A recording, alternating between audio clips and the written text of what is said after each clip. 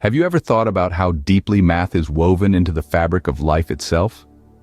Let's dive into something called the Fibonacci Sequence, a fascinating pattern discovered by an Italian mathematician named Leonardo of Pisa, or Fibonacci, way back in 1202.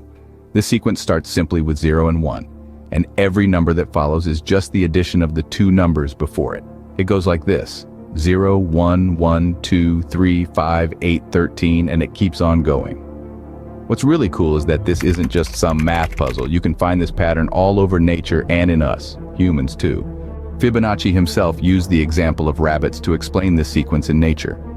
Starting with just one pair, if every new pair of rabbits begins breeding from their second month, the total number of rabbit pairs each month exactly follows the Fibonacci sequence. By the third month, you have 2 pairs. By the fourth month, 3 pairs. By the fifth month, 5 pairs. And it continues in this pattern. This idea of growth and expansion is something we see all around us in nature. Look at how snail shells curl, how trees spread their branches, or how certain flowers bloom. Take lilies, for instance. They have 3 petals. Buttercups often have 5, and delphiniums show off with 8 petals. These are all Fibonacci numbers. The Fibonacci sequence doesn't just appear in the plant and animal kingdoms. It's also a fundamental part of human biology. This might sound complex, but it's all about a simple yet profound pattern that connects us to the rest of the natural world through something known as the golden ratio, approximately equal to 1.618. Let's break it down. The golden ratio, also called the divine ratio, denoted by the Greek letter phi, is a special number that you get when you take a number in the Fibonacci sequence and divide it by the number that comes before it. For example, dividing 5 by 3 gives us 1.666, 8 divided by 5 equals 1.6, and 13 divided by 8 comes closer to 1.625.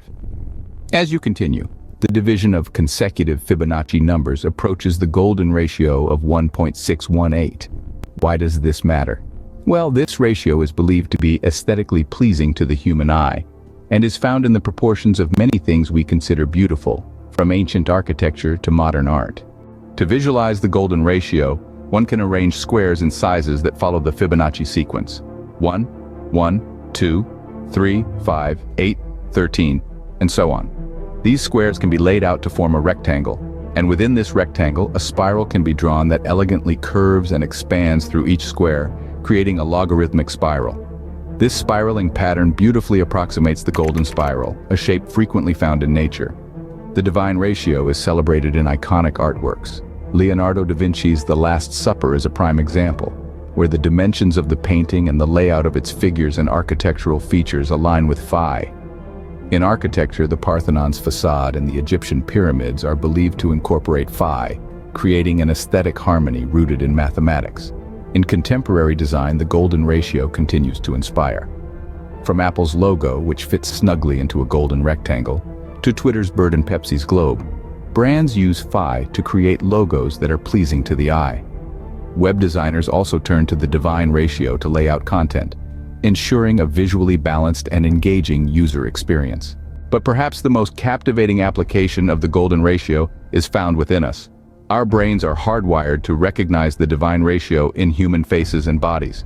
When someone's facial features or body proportions closely align with phi, our brain's innate programming signals to us that those individuals are attractive or harmonious in appearance. This subconscious judgment of beauty and harmony is believed to be a result of evolutionary preferences for symmetry and proportion, crucial factors in mate selection and perception of health. This brings us to a profound consideration. The divine ratio might be mathematically precise, but does it dictate what we perceive as beauty? Is it truly the formula for beauty ingrained in all things? Or is it just a mathematical myth that we've come to admire? Comment with your thoughts below.